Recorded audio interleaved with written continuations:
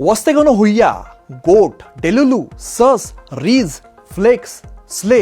जर तुम्हाला शब्दांचा अर्थ कळला नसेल तर तुम्ही जेनझी तरुणांपासून खूप मागे पडलेला आहात. हा व्हिडिओ बघितल्यावरती या सगळ्या शब्दांचा अर्थ तुम्हाला नक्की कळेल. तर आजकाल आपल्या घरातल्या लहान मुलांशी, कॉलेजच्या तरुणांशी किंवा अगदी ऑफिसमधल्या ज्युनियरशी बोलताना तुम्हाला असं वाटतंय का की ते मराठी किंवा इंग्रजी सोडून कोणत्या तरी वेगळ्याच भाषेत बोलताय. आता जेनझी पिढी ही नवीनच व्हर्च्युअल बोलीभाषा वापरते आणि जर तुम्हाला आजच्या जनरेशनशी कनेक्ट व्हायचं असेल किंवा सोशल मीडियावरती नेमकं काय शिजतंय हे समजून घ्यायचं असेल तर हे 15 जे ट्रेंडिंग शब्द आहेत ते तुम्हाला माहीत असणं गरजेचं आहे. आज आपण जेनझीचे टॉप स्लँग्स अगदी सोप्या भाषेमध्ये डिकोड करणार आहोत. व्हिडिओ शेवटपर्यंत बघा, कारण शेवटचे 2 शब्द आहेत ना, ते जर तुम्हाला समजले नाहीत तर तुम्ही सोशल मीडियावरती पार आउटडेटेड ठरणार आहात. नमस्कार, मी अमित कत्रे. न्यूज 18 मराठीच्या विशेष व्हिडिओमध्ये सगळ्यांचं स्वागत आहे. पहिला शब्द आपण बघणार आहोत जो मागच्या काही आठवड्यामध्ये सतत वापरला जातोय. वस्तेगनो हुय्या म्हणजे काय? तर हा एक इंटरनेट स्लँग आहे किंवा व्हायरल मीम फ्रेज आहे. खरं तर याला काही अर्थ नाहीये. एक ऑकवर्ड मोमेंट तयार करणं आणि त्यानंतर हसणं यासाठी ही फ्रेज वापरली जाते. दुसरा शब्द आहे गोट, GOAT. म्हणजे काय? तर ग्रेटेस्ट ऑफ ऑल टाइम, म्हणजे सगळ्यात महान आणि त्यापेक्षा भारी कोणच नाहीये. एक उदाहरण आपण घेऊया, म्हणजे सचिन इज गोट, सचिन तेंडुलकर सगळ्यात भारी आहे, अशा अर्थानं हे वाक्य वापरलं जात आहे. तिसरा शब्द आहे सस. बघा, आता हा शब्द जो आहे तो सस्पिशियस किंवा सस्पेक्ट याचा शॉर्ट फॉर्म आहे. जेव्हा एखादी गोष्ट किंवा एखादी व्यक्ती ही शंकास्पद वाटते त्यावेळेला जेनझी असं म्हणतात की दिस पर्सन इज व्हेरी सस किंवा दिस इज व्हेरी सस. आता तो अचानक इतका गोड का बोलतोय, चांगलं का बोलतोय, काहीतरी सस वाटतंय. आलं लक्षात? अशा पद्धतीने सस हा शब्द वापरला जातोय. पुढचा चौथा शब्द आहे फ्लेक्स. जसे बॉडी बिल्डर्स जिममध्ये मसल्स दाखवतात तसं स्वतःची संपत्ती आहे किंवा ब्रँडेड कपडे आहेत, महागडा फोन आहे किंवा आपल्याला यश जे मिळालंय ते सोशल मीडियावरती दाखवून मारलेल्या फुशारकीला किंवा शो ऑफला फ्लेक्सिंग म्हणतात. उदाहरण आपण बघूया. नवीन गाडी घेतली म्हणून लगेच रील्सवरती फ्लेक्स कशाला करतोयस, असा हा शब्द वापरला जातोय. पाचवा शब्द आहे, हा सुद्धा अनेकांनी ऐकला असेल, तो आहे सिच्युएशनशिप. आता मॉडर्न डेटिंगच्या दुनियेमध्ये हा शब्द तुफान धुमाकूळ घालतोय. सिच्युएशनशिप म्हणजे काय? तर जेव्हा 2 व्यक्तींमध्ये नातं असतं पण ते ना निखळ मैत्री आहे ना अधिकृत प्रेमसंबंध आहेत, जिकडे कोणतीही कमिटमेंट नसते, फक्त सोयीनुसार नातं टिकवलं जातं, त्याला म्हणतात सिच्युएशनशिप. आता उदाहरणाचं काय घ्यायचं आपण, तर असं वाक्य हे वापरलं जाईल, त्यांचं नक्की काय चाललंय, लव्ह फ्रेंडशिप? नाही, त्यांची सिच्युएशनशिप आहे. अशा पद्धतीने वाक्य वापरलं जात आहे. 6वा शब्द आहे स्ले.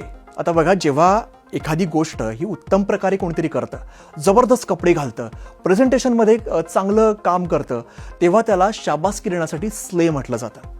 म्हणजे तू एकदम कडक काम केलंयस. उदाहरण कसं माहितीये का?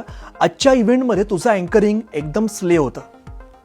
7वा शब्द आपण बघूया. हा सुद्धा तुम्ही बऱ्याचदा ऐकलेला असणार आहे की घोस्टिंग. आता हा शब्द आजकालच्या डिजिटल जगात सगळ्यात त्रासदायक अनुभव देणारा शब्द आहे. म्हणजे कोणत्याही कारणाशिवाय अचानक एखाद्या व्यक्तीशी मेसेज, कॉल किंवा सोशल मीडियावरती संवाद पूर्णपणे तोडून टाकणं आणि भूतासारखं नाहीसं होणं, गायब होणं, याला घोस्टिंग म्हणतात. उदाहरण बघा, या शब्द कसा वापरला जातो. आम्ही रोज बोलायचो पण अचानक त्याने मला घोस्ट केलं. 8वा शब्द आहे ऑरा.